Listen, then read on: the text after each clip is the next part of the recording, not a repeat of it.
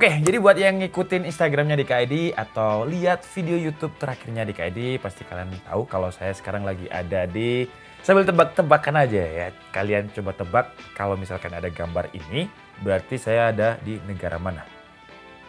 Ini maksudnya adalah Sawadikap.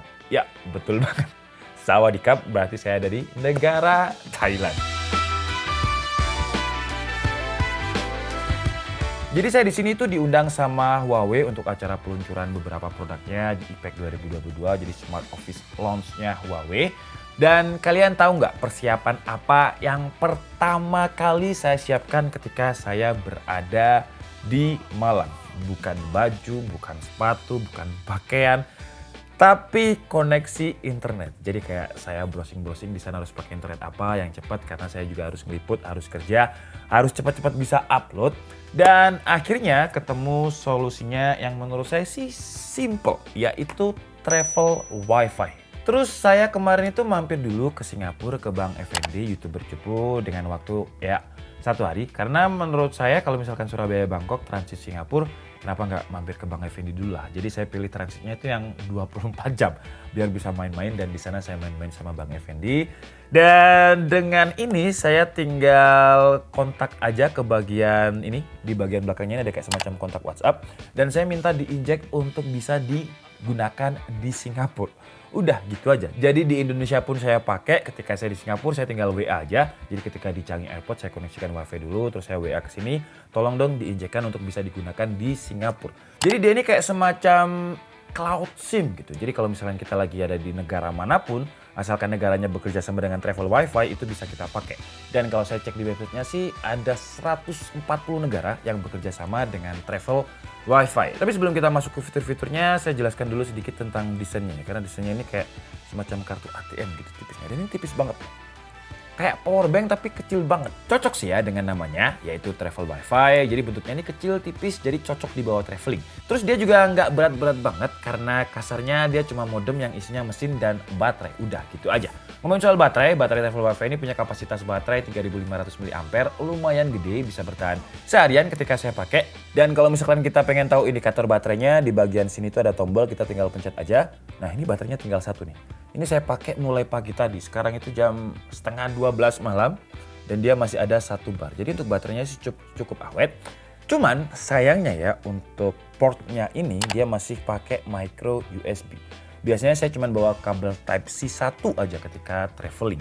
Tapi karena ini masih pakai micro USB, jadi ya saya ngalahi bawa kabel micro USB. Sebenarnya bukan bawa sih ya, karena di dalam paket sewanya ini, jadi dia kayak sistem sewa, paket sewanya ini kita dapat pouch kayak semacam tasnya gitu, terus juga ada kabel juga, kabel micro USB-nya juga udah disediain sama dia. Dan kalau misalkan kita mau pesen travel wifi ini, caranya juga cukup mudah, sama sekali nggak ribet. Jadi kita tinggal masuk aja ke websitenya, terus pilih paket yang kalian pengen, nanti bakal diarahin ke WhatsApp travel wifi. Nah itu kita tinggal bilang aja pengen paket yang mana, dan kalau udah beres nanti travel wifi-nya akan dikirimkan langsung ke rumah kita. Kalau misal travel wifi-nya udah sampai, ya kita tinggal tekan aja tombol powernya sampai nyala, terus tunggu sebentar sampai dia gak ngedip-ngedip lagi. Kalau udah ya kita tinggal buka HP kita, terus koneksikan wifi dengan nama SSID yang ada di bagian sini. Nah kalau misalkan kalian mau nyolong password wifi saya, ya silakan ya. Kayak ini. Jadi letaknya itu ada di belakang, terus ada passwordnya juga di sini. Dan kalau misalkan ada kendala kayak misal, oh kok kurang kenceng ya, perasaan kalau misalkan pakai kartu ini, provider ini dia kenceng, kalian tinggal WhatsApp aja juga. Nah entah itu hilang sinyal atau apapun, kalian tinggal WhatsApp aja ke bagian nomor yang ada di bagian belakangnya ini, dan akan dibantu. Cepet sih ya, ketika saya pindah dari Singapura ke Thailand, karena kan diinjeknya Singapura dulu, ternyata Thailandnya belum.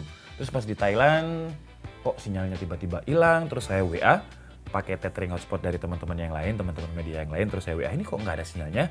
Dan nggak sampai 10 menit sinyalnya udah ada. Terus kalau misalkan kita mau cek kuota, sisa berapa, kita tinggal scan barcode-nya aja, nanti langsung muncul deh sisa berapa. Gampang banget dan mudah dimengerti, karena kalau misalkan orang lagi traveling, lagi perjalanan, terus harus bawa device yang ribet-ribet, wah pasti langsung dibuang ya device-nya. Tapi ini nggak, praktis, dan dia seperti yang saya bilang tadi support sampai 140 negara yang bekerja sama dengan travel wifi.